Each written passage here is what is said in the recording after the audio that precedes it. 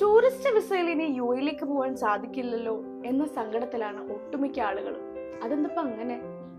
Tourist വിസയുടെ നിയമങ്ങൾ പാലിച്ചാൽ നിങ്ങളുടെ യാത്ര ഒരിക്കലും മുടങ്ങില്ല. Hey, I am Farzana. Welcome to your 1 minute info pulse. ഇനി പറയുന്ന 5 കാര്യങ്ങൾ നിങ്ങൾ ശ്രദ്ധിച്ചാൽ നിങ്ങളുടെ യാത്ര ഒരിക്കലും മുടങ്ങുന്നതല്ല.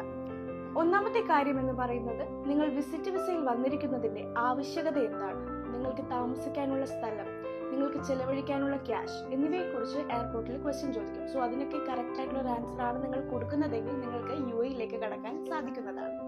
രണ്ടാമത്തെ കാര്യം എന്തെന്നാൽ, നിങ്ങൾക്ക് യു എയിൽ വിസിറ്റ് വിസയിൽ വന്ന് ജോലി ചെയ്യുവാനുള്ള അനുവാദമില്ല.